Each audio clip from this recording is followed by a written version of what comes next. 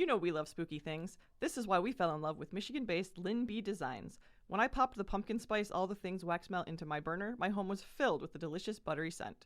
Plus, there's the wide variety of gorgeous nail polishes with themes like Hocus Pocus and Pleasant Peninsula. All products are vegan and cruelty-free, and you can find monthly sales on Facebook and Instagram at Lyn B Designs.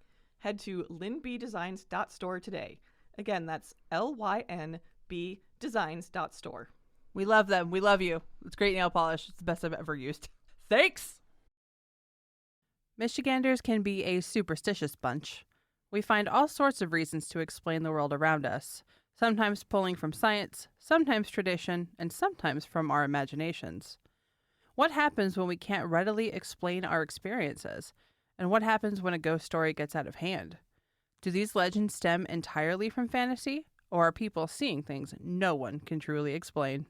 I'm Krista K. Coburn. And I'm Kay Gray. Welcome to Haunted Mitten.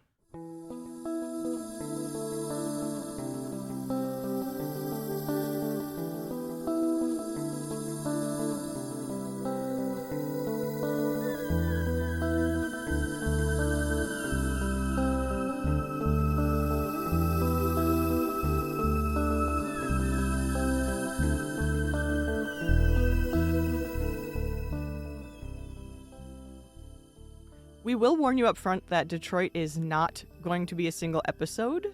It's our state's biggest city and also our oldest incorporated city. If you are looking for our oldest European settlements, those would be Sault Ste. Marie, St. Ignace, and Marquette, all located in the UP, and I believe all founded by Père Marquette, actually. It feels weird that would be... Oh, let's settle the coldest place first. Well, yeah. And we covered some of that in our Marquette episode, too, of why the Marquette that we know today is actually fairly new. Yeah. Yes, it is. So yeah, if you go back and listen to the Marquette episode, you can hear all about that. Because, as she said, it's very cold. It's very cold. It's very cold in winter. Starting like a month ago. Yeah. Yeah, and it was even colder back then. So yes, Detroit was founded on July 24th, 1701 by Antoine de la Motte Cadillac as both a settlement and as a buffer against the British. Remember, Michigan was basically Canadian back then. The name at the time was Fort Pontchartrain du Detroit, or Fort Pontchartrain of the Strait. Detroit means strait. Pontchartrain was the marine minister who gave the group the go-ahead to do this. So that's where the name comes from. And of course, over time, the name was just shortened to Detroit because, good Lord. Yeah, we're not saying all that. No. What are we, Louisiana? This Pontchartrain stuff? No, not doing it. Yeah, probably same guy, by the way. Yeah, that's pretty cool. Pontchartrain, yeah. Very likely the same guy. If I'm wrong, someone correct me, but how many Pontchartrains were there I know, right? running around back then in New France? I'm going to guess that guy. Yeah. He was the marine minister, so yeah, probably him. Yes. There was a lot of mixing right away between the French and the nearby tribes, the Ojibwe, Ottawa, Potawatomi, and Wyandot. That sounds familiar. For a lot of reasons, including mutual protection, though not everyone always got along, as people are wont to do, or not do. Trade as well as intermarriage was encouraged, though specifically French men were encouraged to marry the native women, and likely not the other way around. That's generally how the patriarchy works. It's a bit racist. Just a bit. The original settlement was small by today's standards and was contained within what is now bordered by Griswold, Fort Shelby, and Larned streets. Basically, a city block. Yeah. That's it. Yeah, that was a big deal back then. We were there not that long ago. It's true. So there was a lot of blending of folklore and traditions between all of these groups. This is where it's thought that creatures like the Nain Rouge and the Grosse Pointe loup-garou came from. The loup-garou is fundamentally a French werewolf, but the legends surrounding it changed in the various places French colonizers settled around North America. So we have the Grosse Pointe loup-garou, the Louisiana loup-garou, as well as rougarou, with an R, rougarou, and also the Quebecois loup-garou. The Nain Rouge is unique to Detroit, but it does still strongly resemble the Nains, or dwarves, as usually it's translated, from back in France. But that is a talk for another time. And that Louisiana rougarou is also known as Rose's llama. Yeah. I think we told that story on season 1, so go back and find that. I think so. But our friend Rose had a lovely encounter with the quote-unquote Rougarou, which turned out to be a llama. Yep. Which is amazing. Yep. And it's been like an ongoing joke amongst everyone ever since. It's really fun to buy her llama things. She's got a good sense of humor about it. She does. In 1760, the British took over Detroit after the French and Indian War, so even more cultural mixing. When the U.S. took possession of Detroit in 1796, 2/3 of the population was French, the rest a mix of English, Dutch, German, and both free and enslaved African Americans. The first black person to own land in Detroit was Jacob Young in 1793. And of course, the native people of different tribes who had been there all along, living there. Yep, for at least a few hundred years. At some of least those hundreds tribes. of years before we got there. So you could see why there has been a lot of blending of many different cultures from the very beginning of Detroit's history. It's always been an international city. Suck it, rest of America. Suck it! On June 11th, hey! Oh no! Ooh, That's my birthday. yeah, in 1805, the entire city burned to the ground. Oh. Okay. My birthday, Bela Lugosi, Tom Petty, Snoop Dogg were all born. Yours, the city of Detroit, burned to the ground. Entire city burns to the ground. This tracks. This makes sense. Yep. And like literally the entire thing, just whoosh, everything gone. Wow. Oh my God. Yeah, it's kind of, I mean, it was mostly wood. So, Sure. it's wood and stone. We've so. heard of a lot of major cities in the U.S. burning to the ground because they were they were just wood. Looking at you, San Francisco. Absolutely. And just, Chicago, some Chicago. pretty major known fires. But yeah, Detroit, if you didn't know about the 1805 Detroit fire that destroyed the entire city, you should have. Oh, yeah. If you were from Michigan. It's like, I assume they teach that in your history classes? They didn't ours. We learned about the Chicago fire, kind of. There's also like a song about it, I think. But why not? Yeah, we didn't. But I'm from West Michigan. We were much more attuned to Chicago than Detroit, even though we were halfway between. Yeah. There's a giant lake in the way of you in Chicago, but whatever. It's fine. You just go around it. I was going to say, it makes sense that I never learned about that. Absolutely. There was no reason for Southern California to focus on Detroit, except to be like, cars were there. Cars were made there. Then we move on. Yeah. That was it. In 4th grade, we had Michigan history class, and that was not one of the things we learned, to be honest. That's weird. Yeah. We learned about the Chicago fire, but also a lot of the lumber in West Michigan went to rebuild Chicago. Oh, okay. So that's like... It's also just where all your industry went. Yeah. Fair. Fine. I guess that's fine. Yeah, because we just floated across the lake, I guess. Yeah, I guess what else do you do? Go, logs, go. Yeah. Be free. So the city of Detroit that we know today was literally built atop those ashes. God, they didn't even brush the streets first. Probably the rains came and just whoosh, washed everything. Oh, out. they were like, yeah, wait 5 minutes, it'll rain. We get a lot of storms. Yeah, this would have been spring. Yeah, our weather might have been a little different back then, but yeah, we definitely get spring storms. The current city was modeled after Washington, D.C., which I believe is modeled after Paris as well. Yes. Or the hub and spoke grid plan.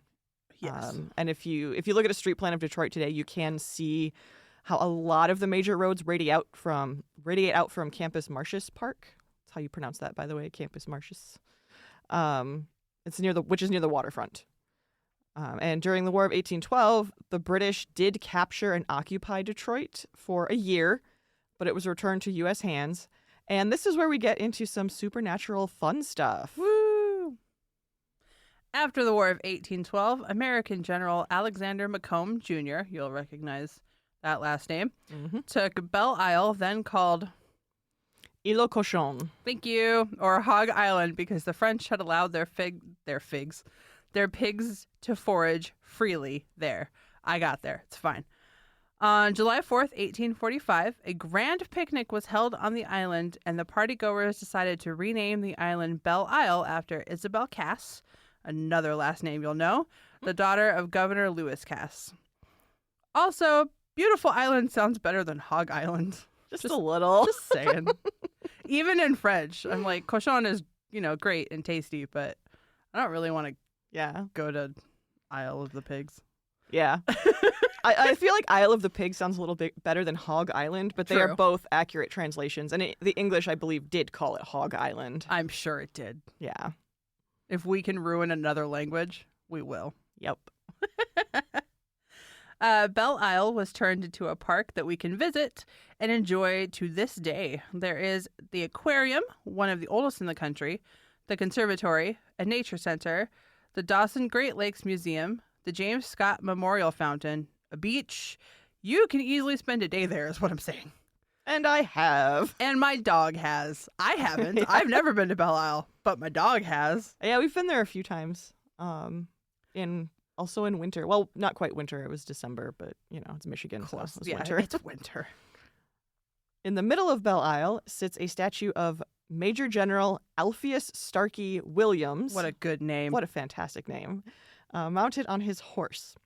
In Detroit Ghosts, Mimi Staver relays the story of a woman and her daughter who saw the head of Williams turn to face the camera while they were taking a picture.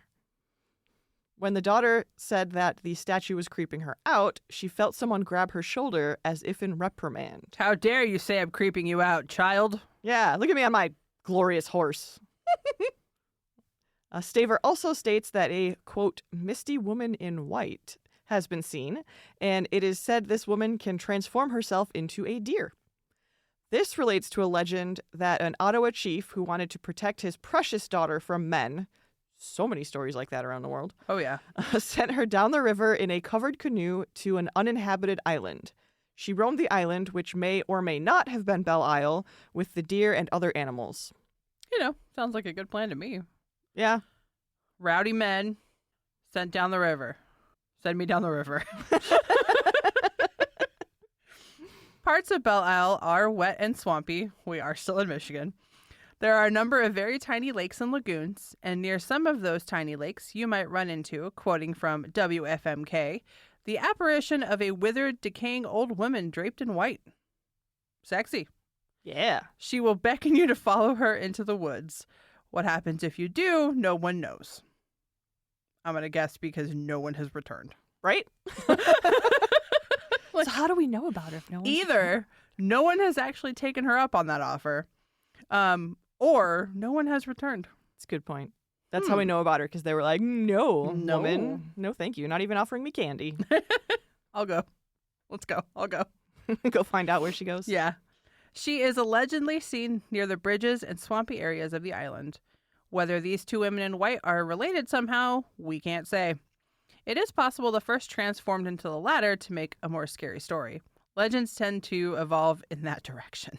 Yeah, we've seen that happen many times. Yeah. Like, I don't know if we've mentioned it, but way back in the Marshall episode, where we talk about the door flying off the hinges during an investigation. Oh, yeah.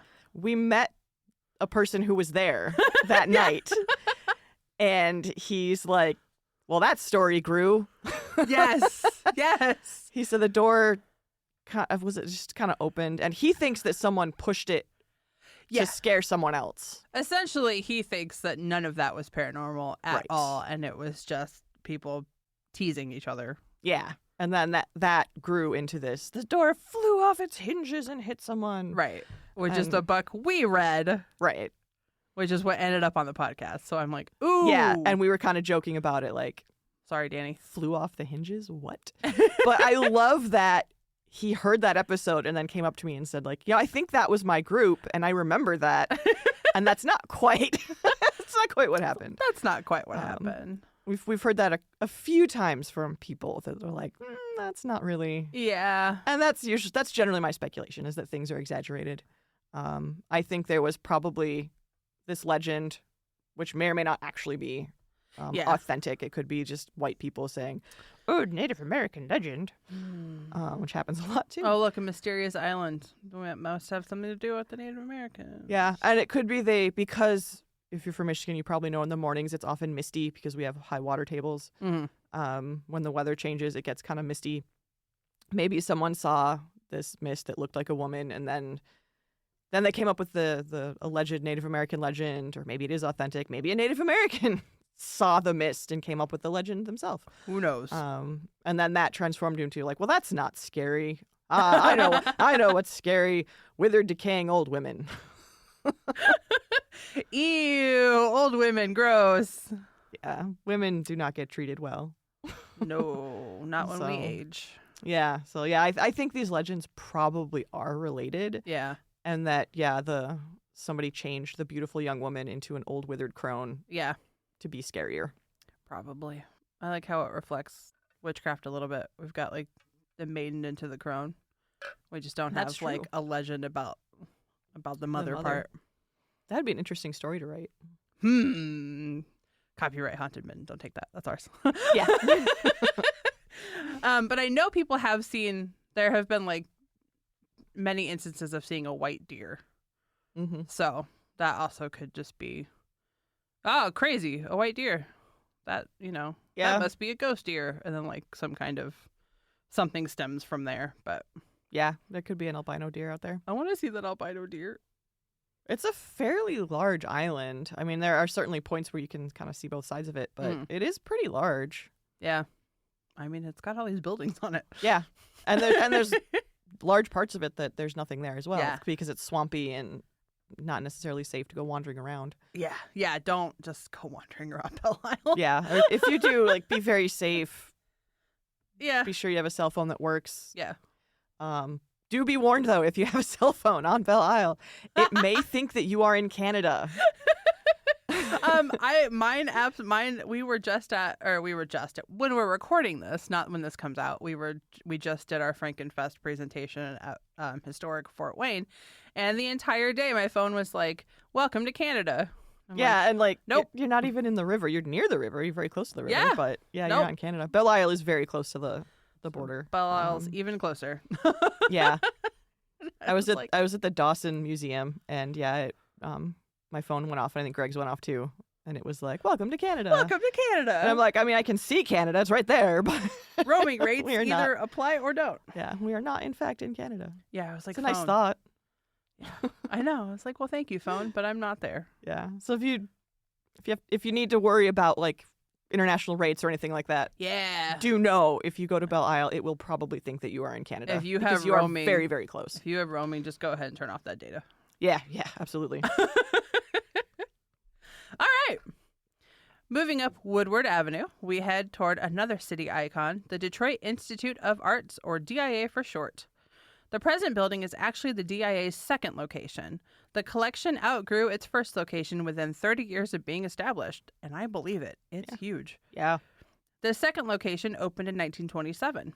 Rather than following the tradition of organizing items by type, the DIA's collections were, according to Wikipedia, organized by nation and chronology, which was recognized as being so revolutionary that the 1929 Encyclopedia Britannica used an illustration of the main floor plan of the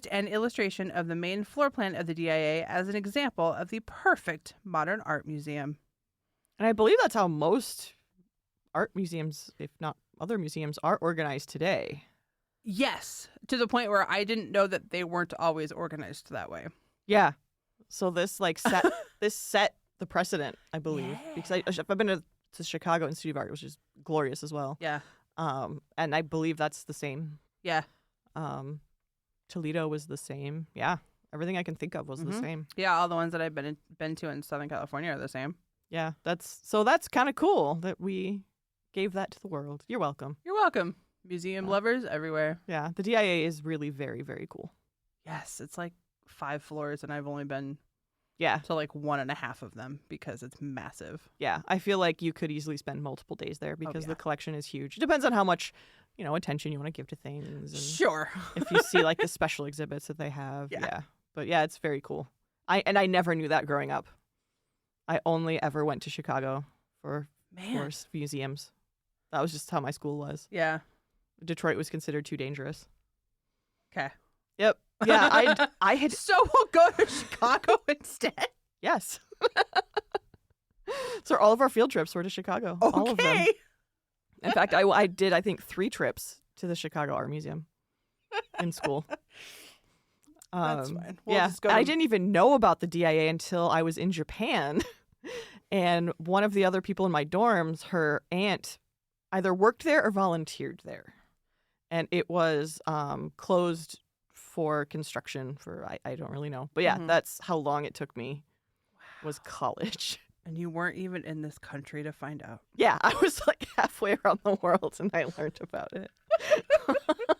It's terrible. It's Yeah, amazing. the woman was from Northville, so not too far from here, but still a distance from Detroit. It's not Yeah. like she was from Dearborn, you know? Right. But yeah, it's cool. You should go. I should. So, turning again to Haunted Detroit, good source, obviously, if you want to know about ghosts in Detroit. Author Mimi Staver says that security guards have claimed hearing a large clattering as a painting falling to the floor in the vicinity of the painting The Court of Death by Rembrandt Peale. But when they arrive, obviously, in the spot the sound came from, nothing is amiss. Crazy. I know. I also just love that painting. But the Mhm. Court of Death. Yeah, good one. Guards have also claimed that the nail figure is what it's called in the museum of the African Congo people who call it a Nkisi Nkonde Yeah. is my best guess on that one. I'm still working on African languages. It has been seen, quote, shuddering and vibrating, end quote, and dances after the museum closes. In this story, you see like everywhere. This is a very popular story. Mhm. When Staver asked a guard about the figure, he answered, "Oh, I'm not supposed to talk about that." So yeah, go and ask some guards, see what they say. Another guard would not give her a straight answer. Staver does go into several pages of detail about what the figure is used for in Congo villages, so if you're interested in that, please check out the book. Yeah. I mean, I think she clearly did her research because she does devote quite a bit of page time to this story. And of course, this is an urban legend. I hope you knew I was going there with that one. I'm going to go on record that I do not believe that the statue comes alive. I'm sorry. But if someone out there can prove me wrong, please do. It's fine. It's okay I to want to disagree. see this evidence. It's all right for us to disagree. That's half of what we do on this podcast. Yeah, I don't believe this statue comes alive and dances at night. I kind of do. It could maybe shudder and vibrate, but I don't know. I just don't think it dances. That seems like a lot of articulation that I it feel maybe like can't do. Shuddering and vibrating is a form of dance, but that's all right. Oh, no, I'm just nervous. I'm just nervous and anxious all the time. Yeah. Never mind. I'm like, My that's bad. maybe white people dancing. That's white people dancing. White people don't know how to dance anymore, and it makes me sad. Well, that took a turn. That's staying in. At my wedding, like almost no one got up to dance, and that was like the one thing we put all of our effort into Was the music? was I know. the music. And like my mom danced, and some friends of mine. I danced. Yeah, you did. The wedding party danced. Aaron and I 'cause we had a danced. thing, but yeah, almost nobody came up. They just like sat there and watched us dance, Yep. and it was really annoying. Yeah. Dance is not really a thing anymore. Nope. No, I totally believe that figure moves. I don't know. Well, you have to go and ask. I know. God. How much does a DIA cost? Can I? It's not bad. Okay. I was like, can I afford that? If you live in the surrounding communities, it Yeah. is free for people. It's basically just listeners.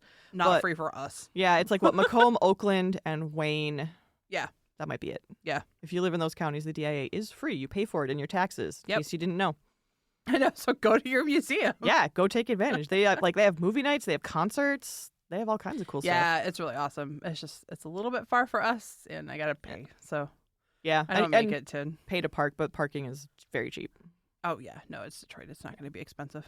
And we can always they have Yet. that one way or that like rapid bus now that's like a couple bucks. And it Oh, drops you off yeah. downtown, and then you can take like We have a the streetcar. bus. That's right. I forgot about. Yeah, I forgot about. I was rapid. planning that out, and then the pandemic hit. So Yeah, yeah, about that. According to an article on Thrifty Car Rental, yes, really, yes, really. quote, oftentimes the guards report hearing loud thuds that echo through the halls of the empty museum. Others claim to hear sounds of people dragging something around the building at times when there should be no one on the property. And Ghost Quest says that security guards report hearing, quote, disembodied footsteps, loud thuds, and other strange noises.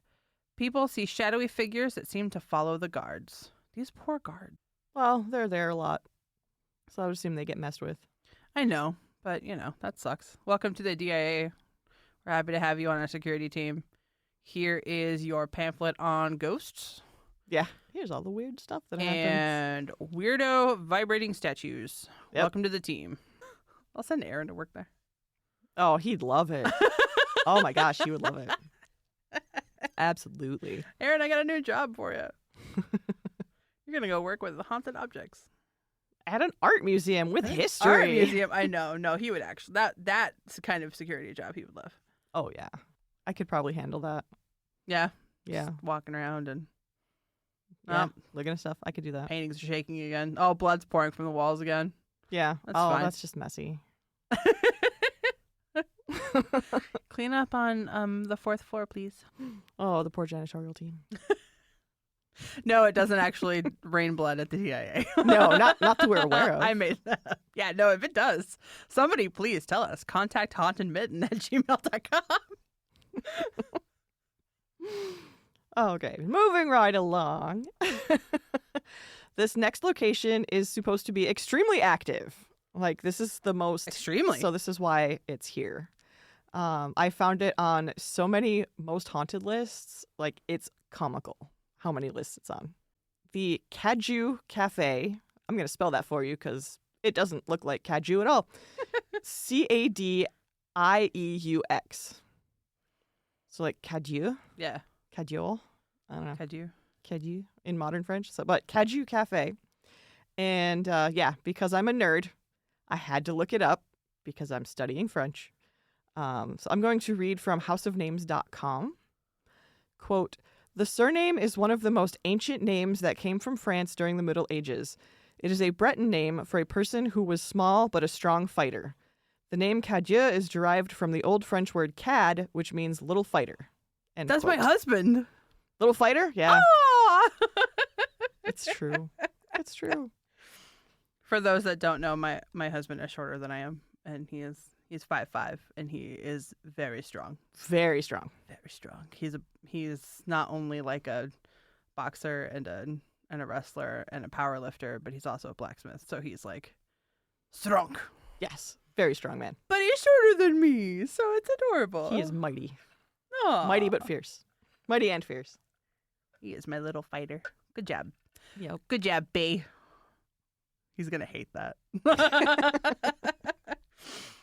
And reading from the Cadieux Cafe's own website, quote, since its days as a Prohibition-era speakeasy, because of course it was, Oh, yeah. the Cadieux Cafe has been a social hub for Metro Detroit's Belgian population. Flemish culture flourishes at the Cadieux, which is or has been the unofficial headquarters for an array of clubs promoting pastimes from across the pond, including pigeon racing, archery, bicycling, darts, and of course, feather bowling. Yeah, feather bowling. Sure. The Cadieux Cafe was one of the few Detroit restaurants featured on Anthony Bourdain, RIP's TV show No Reservations, and in a few of his books. The Cadieux Cafe has been carrying on these East Side traditions since 1933. I remember that episode of No Reservations. Yeah, Absolutely. Because who can forget feather bowling? me. It's like there are two places, I think, in Michigan you can still go feather bowling. It's this one, and I think there's a place in Monroe. Okay. Because Greg and I have been wanting to go for a very long time. I don't even know what it is. It's kind of like me with an Italian background. It's kind of like bocce, Okay. I believe. There's a cheese wheel, I think, involved, and you like throw the cheese wheel, and the one who ends up closest to the feather. Guess you eat the cheese? I don't think there's actually cheese involved. Damn it. There's lots of beer involved if Damn it. No Reservations is anything to judge by. But yeah, you'll have to look up. I'm sure there's like a clip on YouTube or something of Anthony Bourdain. I'm sure. Yeah. Well, yeah, that's how we all learned about feather bowling because nobody I know is Belgian that I'm aware of.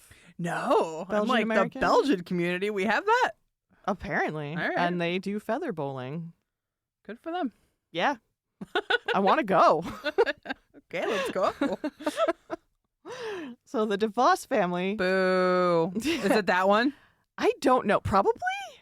I mean, there's probably a relation. Okay. DeVos is really huge on the west side of the state. Yeah. And I'm sure people on the west side are like, yeah, we know. Yeah. Sorry, rest of the world, that you had to find out what we've known the whole time. Yeah, I'm really sorry about that. So the DeVos family owned the cafe from 1962 through 2018. Lord. So yeah, quite a long time. The apparition of the previous owner's mother, Yvonne DeVos. What a great name, Yvonne DeVos. Yvonne DeVos. I like it.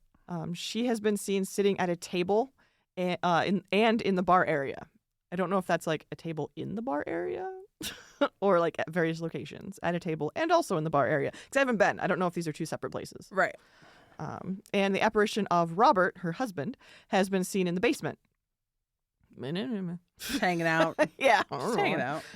Comment sections on websites are a great place to find personal stories. This is the one place where I'm like, yes, read the comments. Yeah. Normally it's like, God, run away screaming. But yeah, but like read the paranormal comments. Read the paranormal comments because they're usually someone going, oh my God, I have an experience. Yeah. So this one comes from hauntedplaces.org. Okay. Quote, we were hosting my special needs brother's 50th birthday party by feather bowling, with 20 of his close friends. My brother was up to feather bowl when the man next to me asked if he had done this before and what his name was. I told him his name was Robert, but we called him Bobby. Looking over, I saw the man was in a strange suit jacket, but as it had gotten so cold, I didn't think much of it. He asked if it was okay to give Bobby a few pointers. Of course, I replied. For 2 hours, Bobby put all of his pucks on the feather or closest to. When I went to thank the gentleman for making Bobby's birthday so special, I couldn't find him. Nor could anyone else even remember seeing someone like that. So I kept my mouth shut and toasted this man with my Boomba. I don't know what that is. I don't know. We'll find out when we get there. I swear I heard another glass clink to the toast.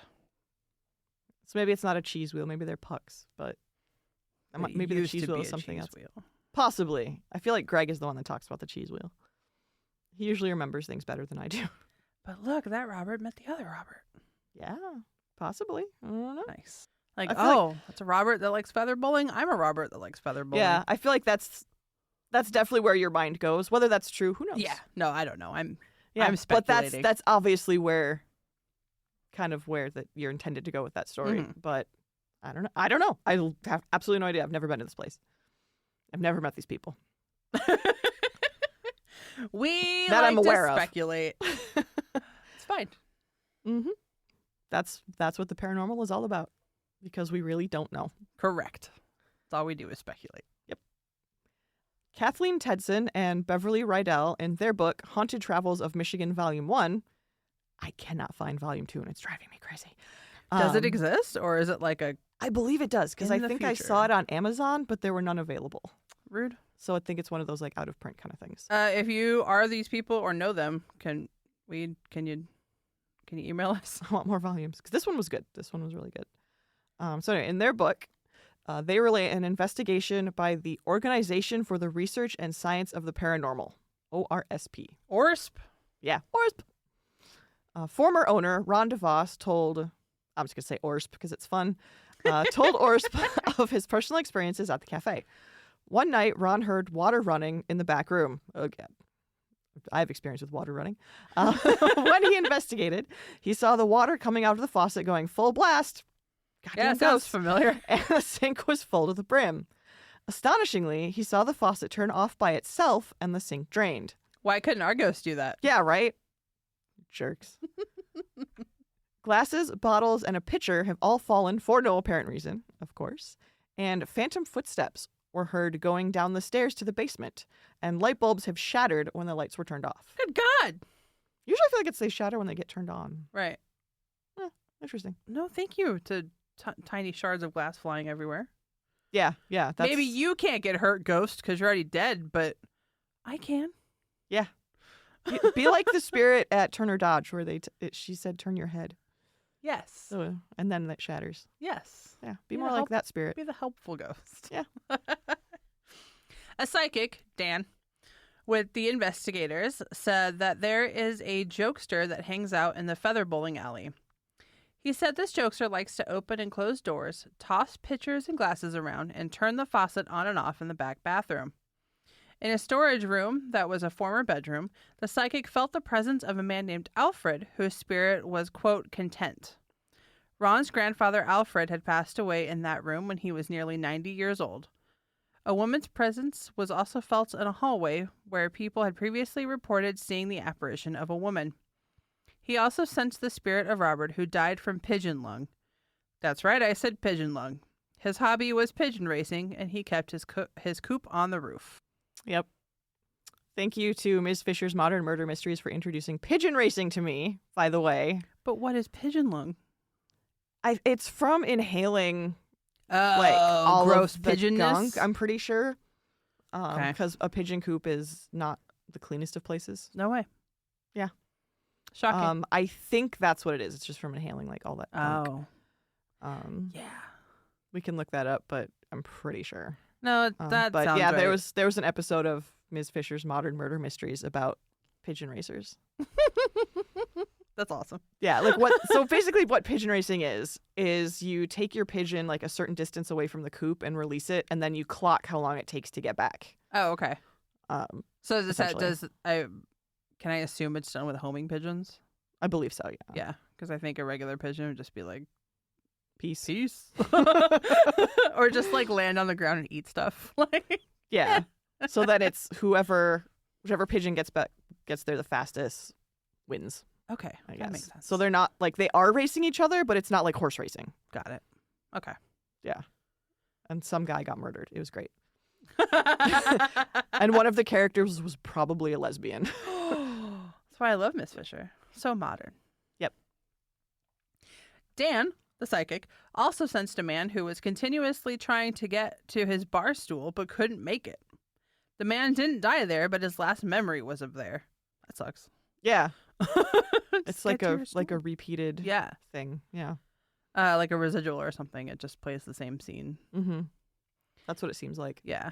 Employees have reported seeing the shadow of a man walk in through the front door, but disappear before reaching the bar.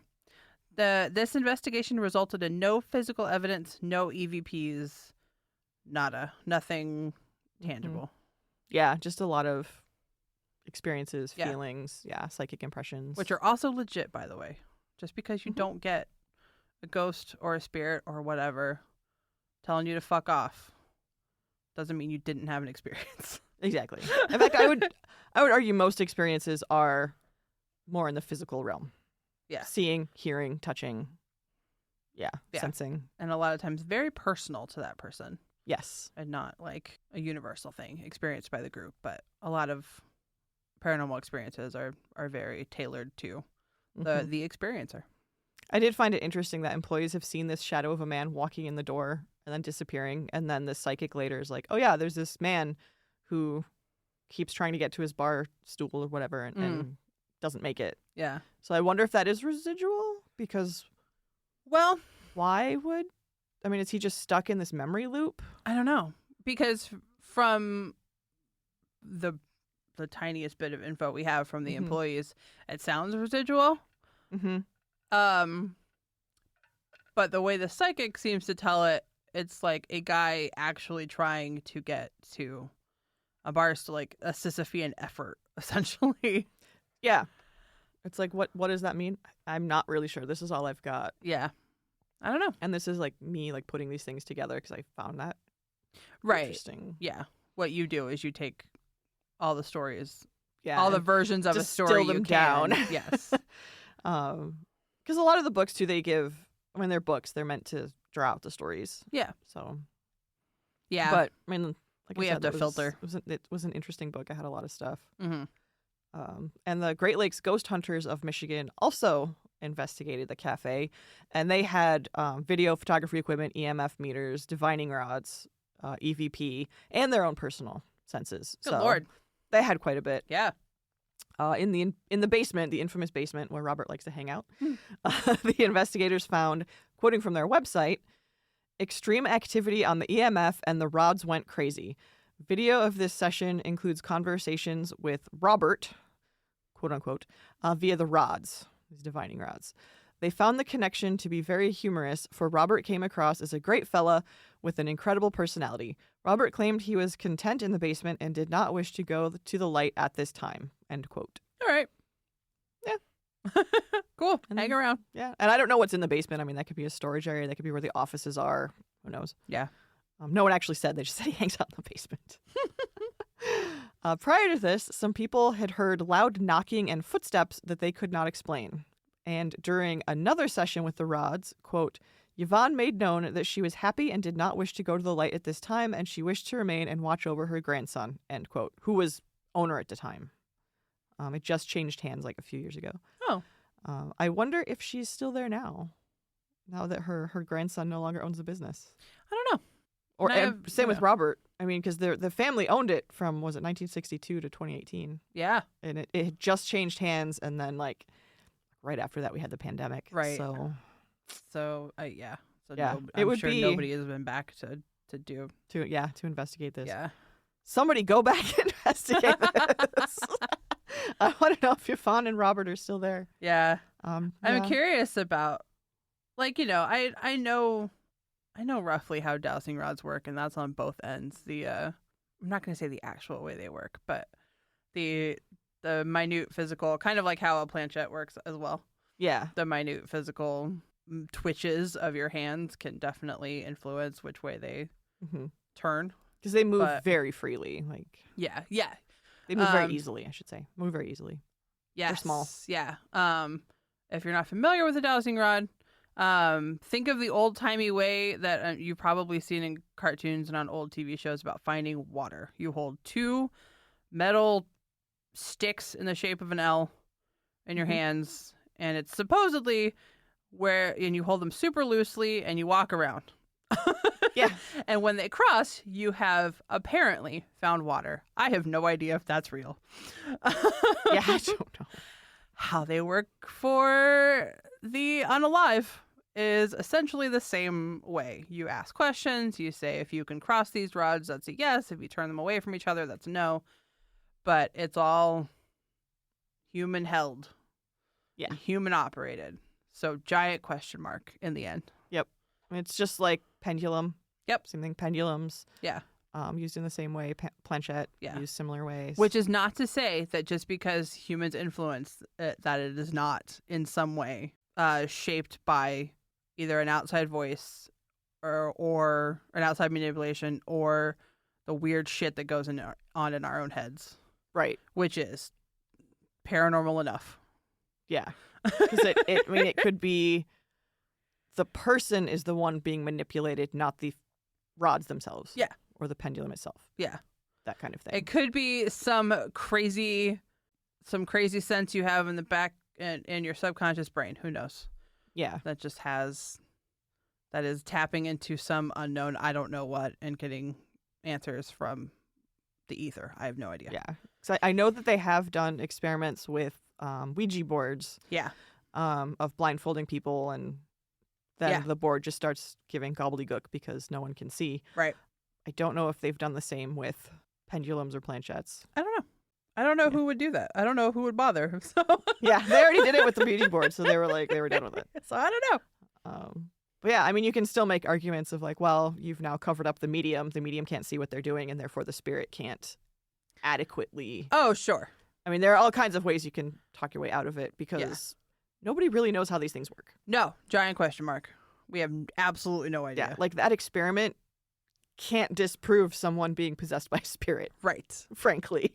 Because how do you disprove that? You or can't. Tapping into like some otherworldly knowledge base. Like, it's just, you can't. And then once you shut off their way to visually communicate that, it's like they could still have the knowledge. They just now cannot pass that on because they can't see.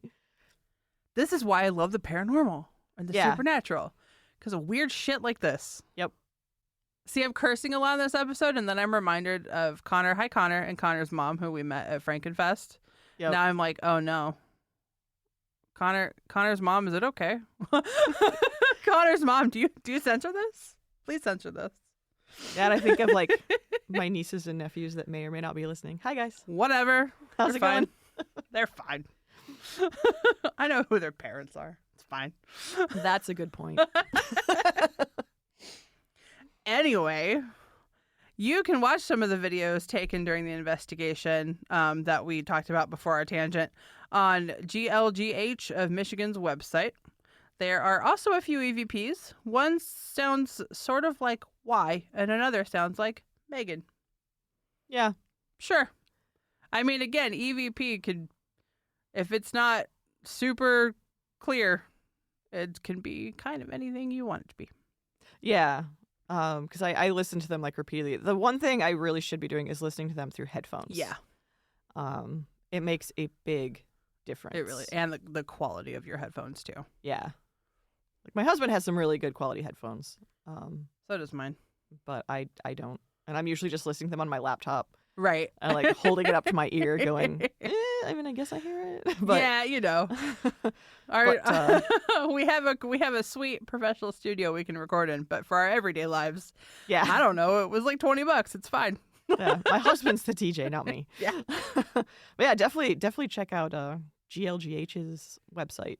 Yeah, definitely. Yeah. All right, Miss Ghouls. Like we said, this is not a comprehensive coverage of Detroit. That city is huge and really old. Yep. There will be more in the future. If you want to hear our presentation on historic Fort Wayne that we mentioned earlier, you can join our Patreon.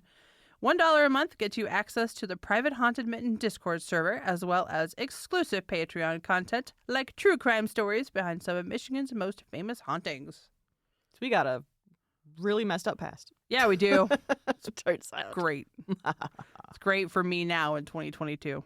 I love reading about them. And a lot of them were big enough at the time to hit the New York Times. I know. This is where I read about a lot of these, is the New York Yes. Times. Like, yeah, we had a dastardly past. It's great. And not just the 20s. Like, I was like, yeah, thanks, the mob. And then there's Prohibition, which is like this whole other thing. Right. But yes, keep up with us on Facebook, Instagram, and Twitter at Haunted Mitten. You can find me in the same places at Krista K. Coburn. And K is at K Gray Writes, just the letter K, Gray Writes. And you can email us at contacthauntedmitten@gmail.com. And a few of you have, and we are so grateful. Yeah, even if we don't get back to you in any kind of timely fashion, email us anyway. We like reading about them. And then we talk Absolutely. about them, and then I just forget to email you back. Sorry. Sometimes, yeah. We're getting a lot busier, and we've had some growing pains and some adjustments, it's great. I'm really excited. Yeah. We got busier than in years sooner than I thought we would, but it's also good. It's good, and we're really excited about that. Yes, absolutely. And you can check out our website at hauntedmitten.com. Woo! We have our own .com. We do. I bought it. Our Patreon pays for it, so thank you, everybody. Yay! And we have new merch at hauntedmitten.store. I had to rebuy that one because there was like this weird miscommunication with the place I got it from, but it should be back up. It was weird. I need to check it because she said give it like 48 hours or whatever. Yeah. You can find shirts, stickers, bags, phone cases, and more. I had a lot of fun with it.